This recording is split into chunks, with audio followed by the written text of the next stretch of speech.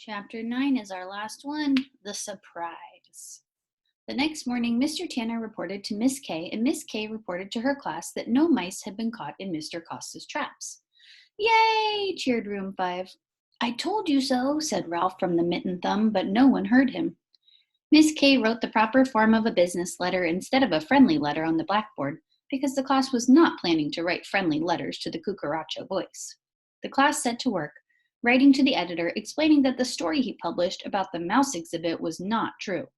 If someone had trouble spelling a word, that person asked Miss Kay about it. She then wrote the word on the blackboard in case someone else wanted to use it. Outrageous and ridiculous were the first words she wrote. She told Brad, yes, blockhead is one word, but can't you find a better way of expressing yourself? Miss Kay promised personally to deliver the letters to the paper during lunch period. No matter how many people spoke to him that day, Ralph refused to come out of the mitten thumb, which fortunately already had an excellent peephole. He noticed Brad, who still had his arm in a sling, hand a note to Miss Kay, who handed it back to him with a nod and a big smile. He saw Ryan pass a note to Brad, and Brad pass a note back. Quite a busy bunch, thought Ralph. He was bored and much too warm, but he refused to give anyone the satisfaction of seeing him in his glass prison. When the long, miserable day ended, Ralph found himself being pulled out of the mitten by Ryan. Come on, fellow, you're going back to the inn, he said. And face all my relatives without my motorcycle? Squeaked Ralph. No, thank you. Relax, you can't live at school forever, said Ryan through his teeth as he tried not to move his lips. Trust me, everything is going to be all right. You'll see. Because Ryan kept his hand closed around him, Ralph had no choice. He had to trust Ryan unless he bit him instead. He decided against doing so because Miss Kay said hurting people did not solve anything. Ryan shoved Ralph into his parka pocket and closed the zipper all the way. Even so, Ralph was aware that something unusual was happening. Brad got on the school bus with Ryan after saying to the driver, Here's my note from home.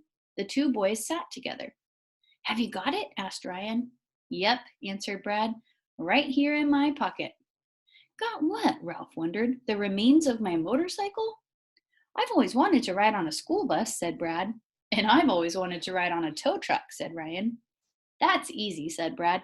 My dad will give you a ride.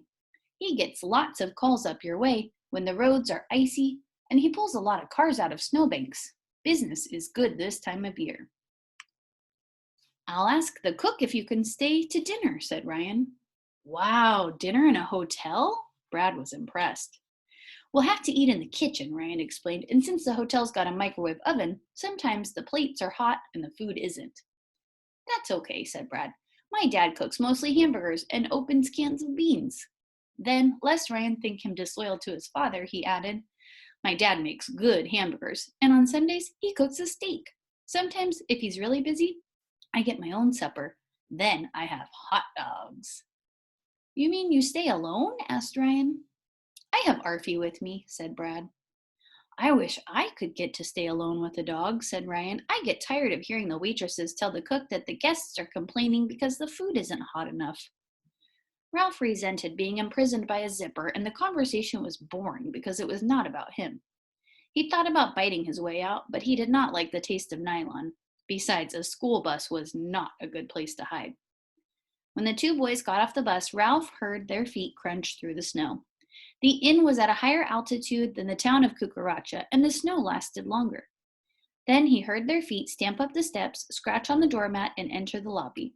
The old clock was still managing its familiar slow tick-tock. To Ralph, it sounded like an old friend. Hello there, boys, said Ralph's protector, Matt. Ryan, I'm glad to see you have a friend. So Matt had not lost his job after all. Then, as Ralph had hoped, the little mice must have moved upstairs, where they would be unable to taunt him about losing his motorcycle. Feeling more cheerful, Ralph began to jump around in the slippery pocket. Let me out, he demanded. Ryan unzipped his pocket and lifted Ralph out, but held on to him. How good the lobby looked! A fire still burned in the old stone fireplace, and the grandfather clock and television set were right where they had always been. One thing was different. The lobby was neater than Ralph remembered it. Ashtrays were clean and old magazines arranged neatly on tables. The desk clerk ignored the boys, who did not stop to remove their jackets before they knelt in front of the clock. "Do you think it will fit?" Ryan asked. "We'll see in a second."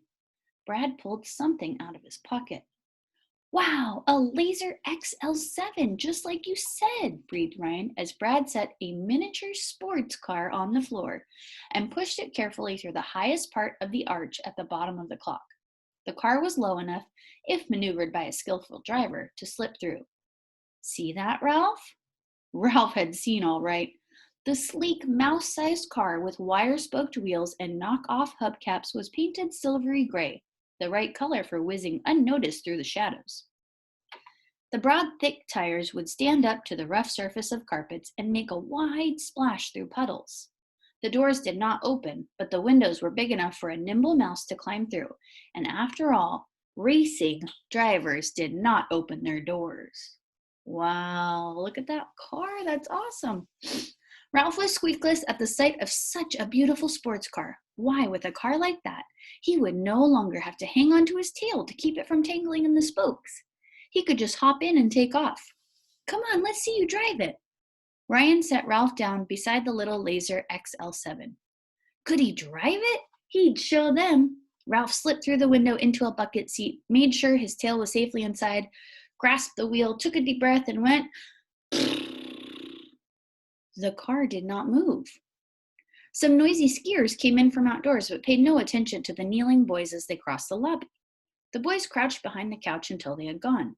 "Silly," said Ryan, "that's your old motorcycle noise. You've got to make a sports car noise to make a sports car move." "Oh, stupid of me," admitted Ralph, who had been too excited to think straight. He took another deep breath, made his voice as low as a squeaky voice could go, and went, "Vroom, vroom." The Laser began to roll across the floor. Ralph was driving. He was actually driving this beautiful sports car. He drove it straight into the leg of a couch, where it stopped. Ralph vroomed again. The car did not budge. Matt, who had joined the boys to watch, asked, "How is the little fellow going to back up?" Silence. No one had thought of this problem. Ryan's mother stepped out of the elevator. "Hello, Ryan," she said with a smile. "Is this your new friend?" "Yes, this is Brad," answered Ryan, with his hand on the Laser XL7 so his mother would not see Ralph. "Hi." Brad was unexpectedly shy.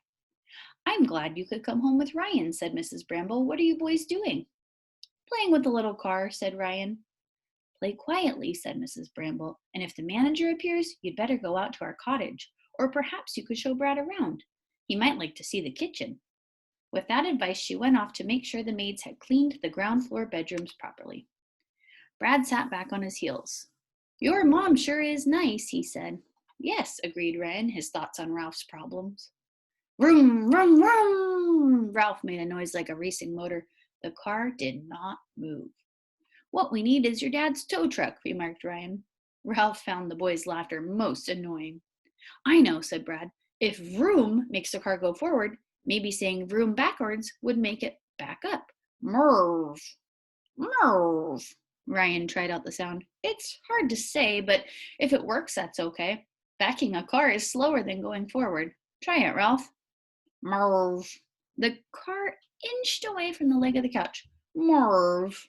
The car was free. Vroom. Ralph drove off in a wide circle and returned to his friends. "Do I get to keep it?" he asked. "It's all yours," said Brad, "to make up for your broken motorcycle." "Don't you need it?" asked Ralph, unable to believe that anyone would give away such a car. "Not anymore," Brad told him. "Not since I have a BMX." Ralph was speechless with joy. He ran his paw lovingly over the dashboard of his very own car. "Wait till your relatives see you riding around in a Laser XL7, remarked Matt. Ralph leaned out the driver's window. "What do you mean?" he asked. "I thought they all moved back upstairs." "Most of them did," said Matt, "but a few of your outdoor relatives still hang around, hoping you'll bring the motorcycle back." Just my luck, thought Ralph, that rowdy bunch. There was the sound of someone stamping snow off boots at the entrance of the inn. Matt hastily returned to his chair by the front door while Ralph quickly and skillfully drove his car under the clock. The boots turned out to not belong to a guest, but to a man delivering the cucaracha voice. He shoved the papers into a rack and hurried out. Matt removed a copy of the newspaper, put on his spectacles, and read the headlines. Then someone at the bottom of the front page caught his eye. "Say, do you boys know a Miss Heidi Kuchenbacher down at Sneed?" he asked. "Yes, she's our teacher."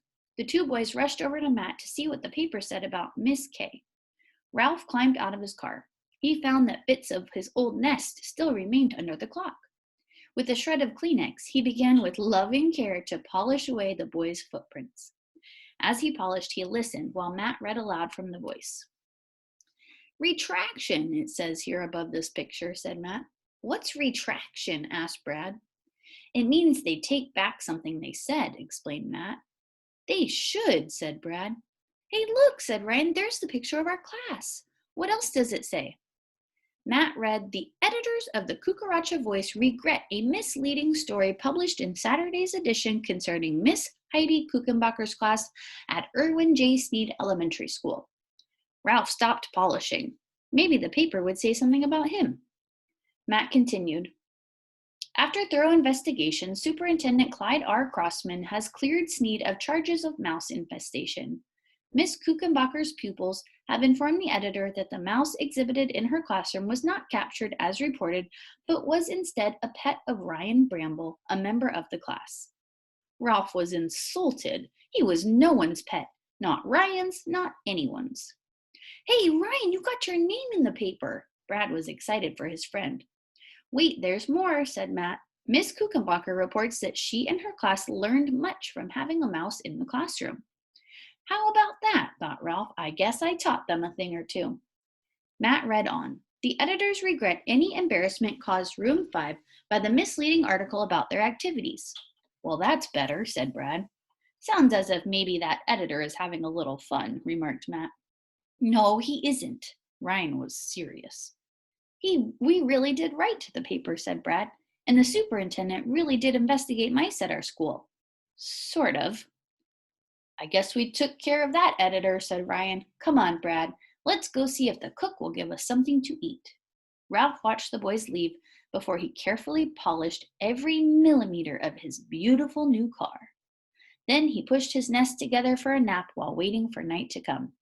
His day had been exciting, exhausting, and satisfying. Because of him, two boys had become friends. Ralph felt that he had done a good deed in a troubled world. Ralph awoke much later when the clock began to grind and groan and slowly, as if in pain, strike 11, the safe hour for mice to appear.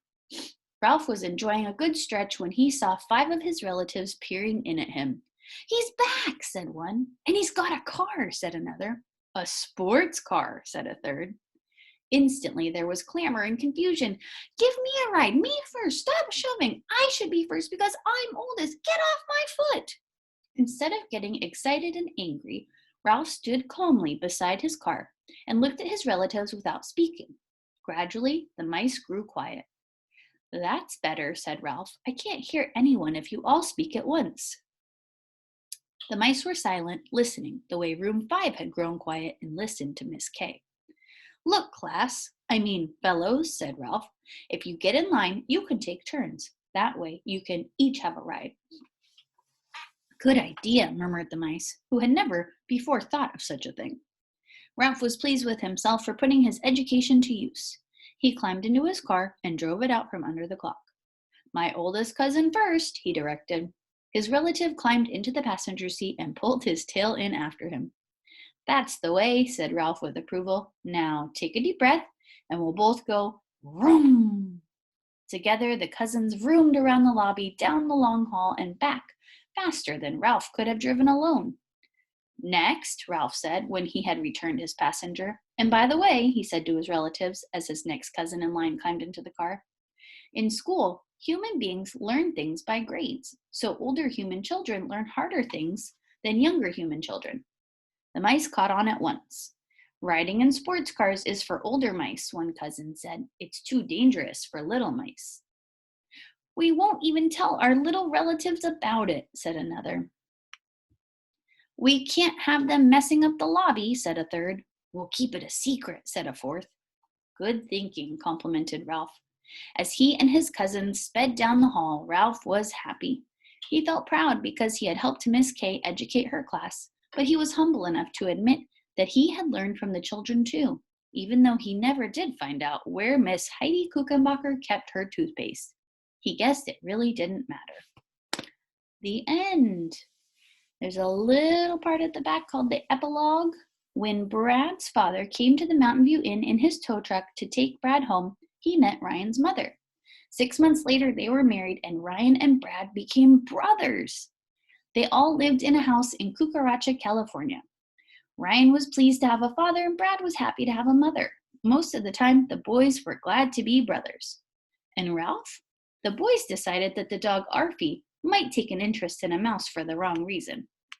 Ralph remained behind at the inn, where he rides around every night in his sports car, generously giving rides to his relatives and enjoying their company, now that they have benefited from his education. He is strict about one thing, however. Ralph is the only mouse who sits in the driver's seat of the Laser XL7.